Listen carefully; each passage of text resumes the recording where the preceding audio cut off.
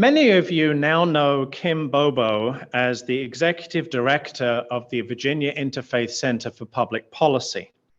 But before that, she founded and ran an organization called Interfaith Worker Justice.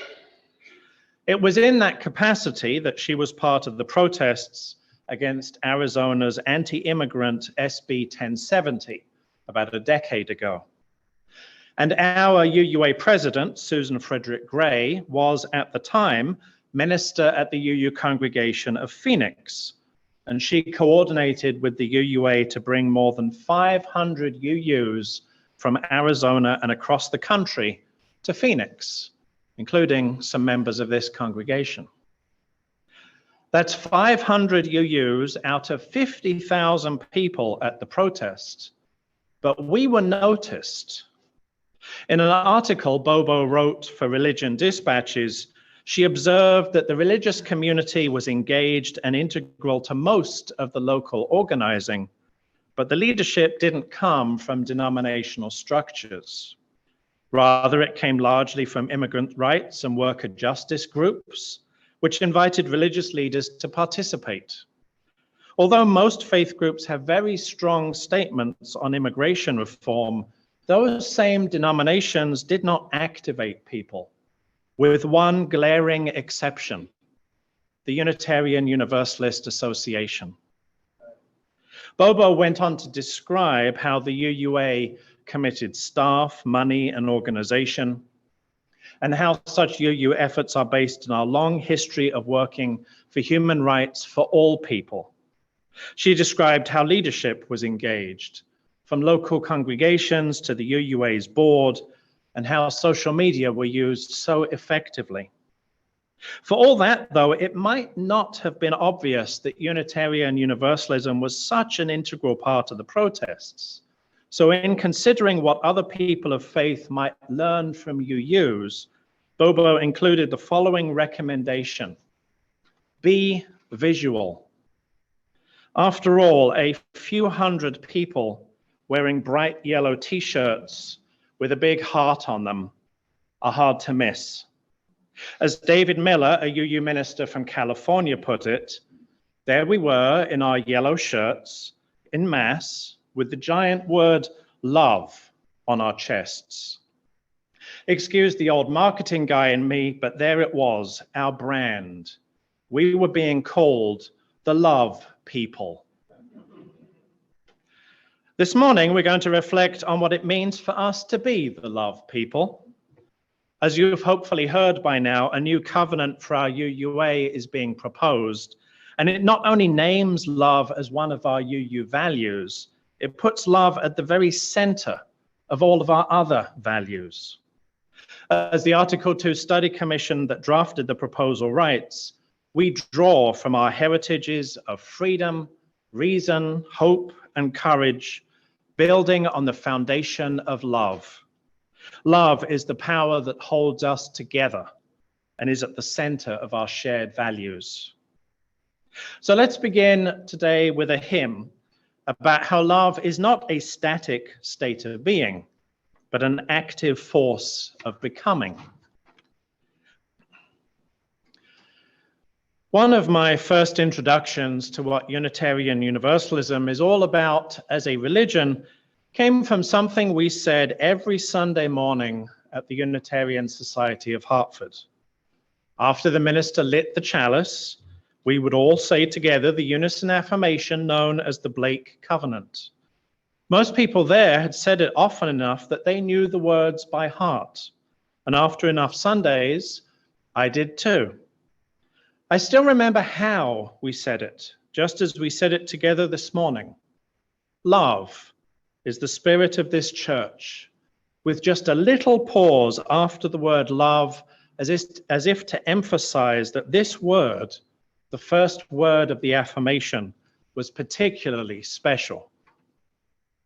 Some years later, having moved from Connecticut to Colorado in order to complete my training as a minister, I was the youth chaplain for the Mountain Desert District of the Unitarian Universalist Association.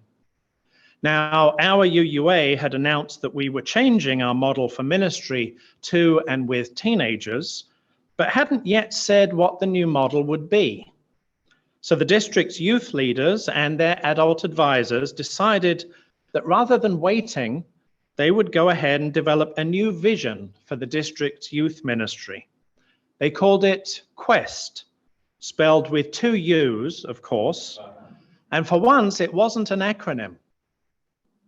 This vision, I discovered, was based on what the Reverend Dr. Tandeka calls love beyond belief, namely that beyond what we believe as individual UUs, no matter how we experience and understand ourselves, one another, and the world around us, we are united by love.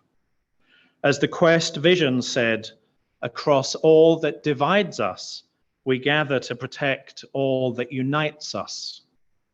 And as I declared during one of my candidating week sermons here almost 13 years ago, love is truly at the heart of Unitarian Universalism. So in the fall, when the Article 2 Study Commission released a draft of their proposal for a new UUA covenant, it didn't surprise me that they'd put love at the center of their proposal. Jeffrey, please put the graphic on the screen.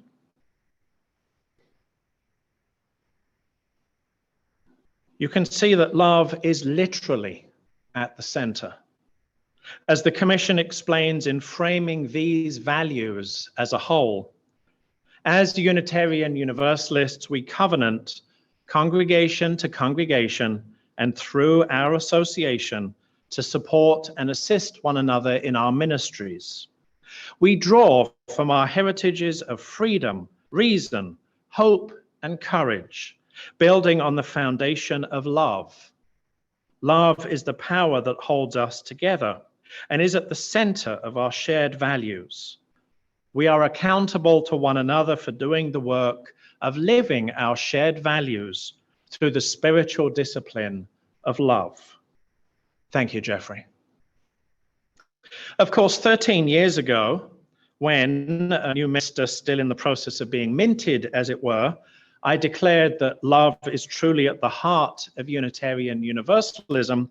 I thought I was being boldly insightful in pointing out something that wasn't widely appreciated. But of course, it was.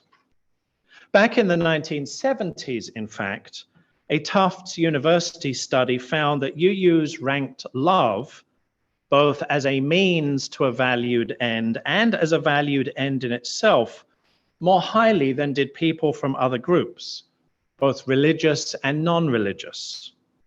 Obviously, UUs are not alone in valuing love.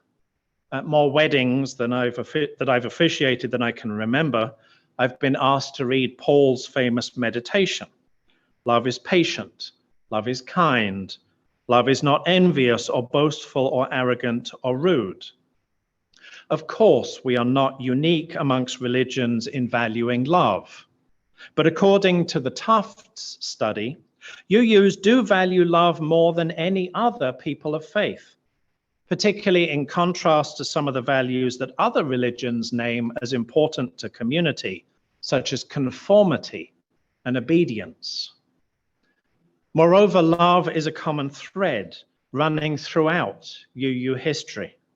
From the emphasis on the all-powerful love of God by the old Universalists and the Blake Covenant adopted by Unitarians in 1894, to the 1976 Tufts study of UU values and the Mountain Desert District's Quest vision of 2009, from the launch of Standing on the Side of Love that same year to the proposal for a new UUA covenant, love has been a central value of our faith for a long time.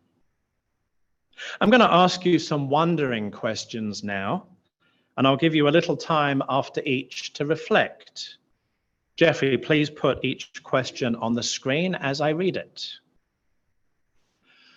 I wonder what it means to you that we Unitarian Universalists are called the love people.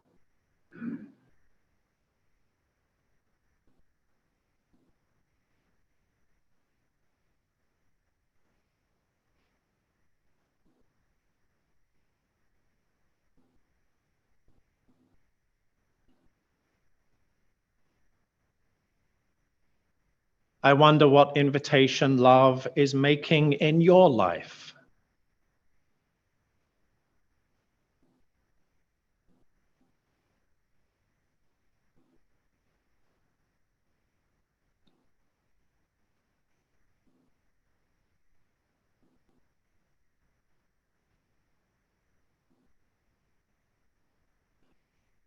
I wonder what has made your imperfect heart beautiful.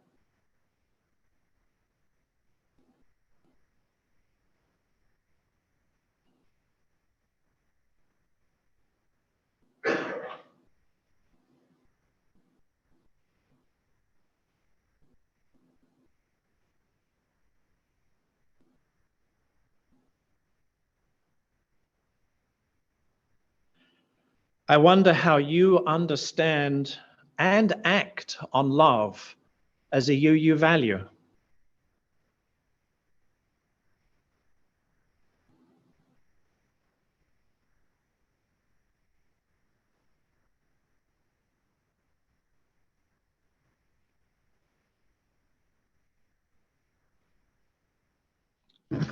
For our activity today, we are going to play a game. So Jeffrey, if you'd put the next slide on the screen, please.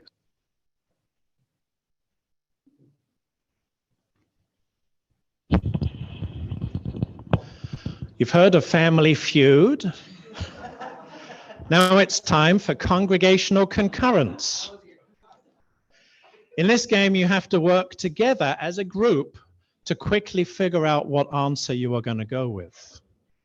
So some denominations have something called a concordance, which is a big book listing every word in their scripture, whether it's the Bible or something else, how many times that word occurs, and all the places in the scripture that you can find that word. We don't have a concordance for Unitarian Universalism, but thankfully there are websites that will do the job for you. So I took the entire text of our Grey Hymn book, sent to me some years ago, thanks to Jamie Dingus, and I pasted it into one of those websites, and it gave me the frequency of every single word in Singing the Living Tradition.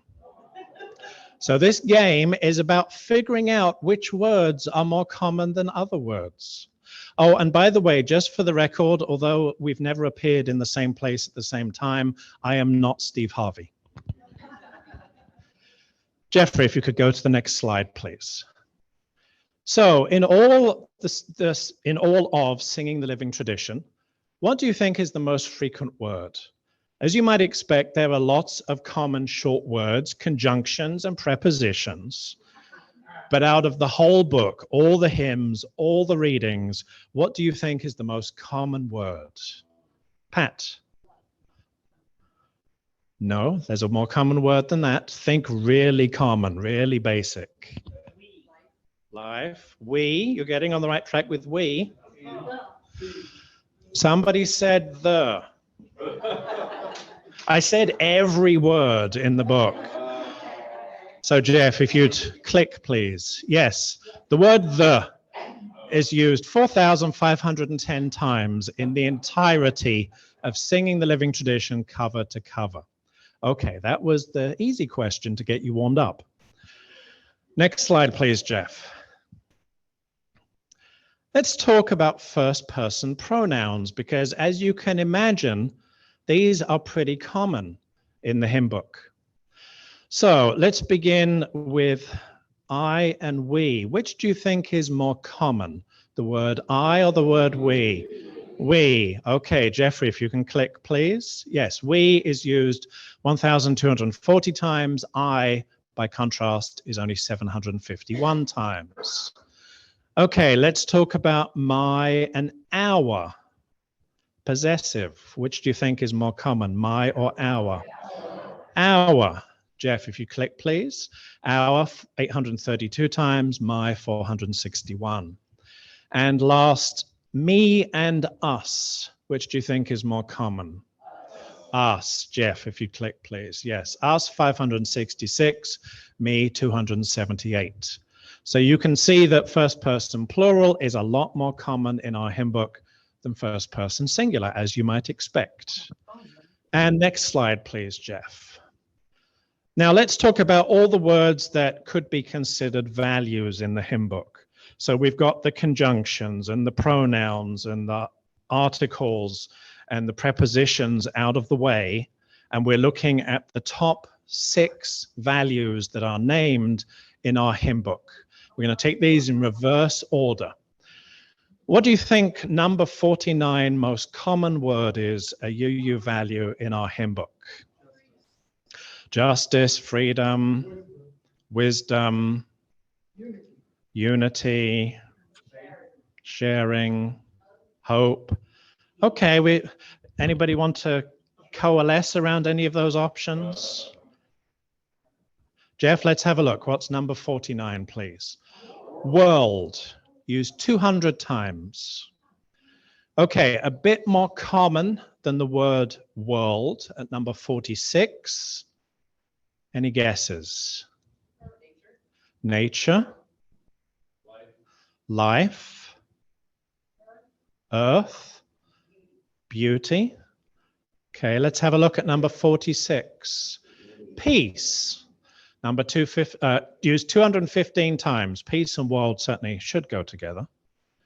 Okay, moving up a little bit. The next two, number 36 and number 35, are very close together. What do you think either of these are, 36 or 35? More common than peace and world in our hymn book. Mercy. Justice, spirit. Kindness, freedom. Love. Okay, Jeff, if you'd show us number 36, please. Earth, 283. And number 35, God, 287. Okay, now we're getting to the top 2 UU values according to our hymn book. What do you think number 24 is? Justice. Are you all concurred that number 24 is justice? Okay, let's have a look. Jeffrey, number 24, please. Life. Now, used 380 times. And okay, the top value according to our hymn book. Love. Let's have a look. Love used 426 times. According to our hymn book, that is the most common value that is named in our hymns and our readings.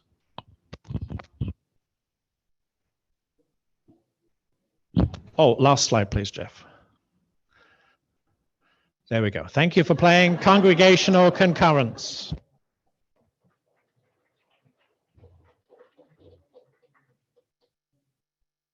Unitarian Universalists, we covenant congregation to congregation and through our association to support and assist one another in our ministries. We draw from our heritages of freedom, reason, hope, and courage, building on the foundation of love. Love is the power that holds us together and is at the center of our shared values. We are accountable to one another for doing the work of living our shared values through the spiritual discipline of love. These are the opening sentences of the covenant proposed by the Article 2 Study Commission for our Unitarian Universalist Association. They recognize that love is at the heart of Unitarian Universalism, that it is both the foundation of our ministry and the means by which we are held in community. It also embraces our Unitarian traditions of freedom and reason, and our Universalist traditions of hope and courage, all of which we will need if we are to bring this message of love to a world so desperately in need of it. And it is so painfully clear that the world does need our UU message of love. From a 6-year-old boy shooting his teacher at Rich Neck Elementary School, to police officers beating Tyree Nichols to death in Memphis, we've got to stop responding to anger and fear with violence. As Dr. King put it in his Nobel Prize acceptance speech, sooner or later, all the people of the world will have to discover a way to live together in peace and thereby transform this pending cosmic elegy into a creative psalm of fellowship. If this is to be achieved, we must evolve for all human conflict a method which rejects revenge, aggression, and retaliation. The foundation of such a method is love. We have an important part to play in this because love is at the foundation of our faith too. And we need to draw from our heritages of freedom and reason, hope and courage to build on that foundation. We are not unique amongst religions in valuing love or hope or freedom, but it has been at the center of our religion for decades, if not centuries, in our theology, in our liturgy, in our justice work, in our imagination. Now, though, I believe it is time to take it to the next level, to apply love, to apply our love as the antidote to violence, as the soothing balm for anger and fear, as our best hope for living together in peace. May it be so.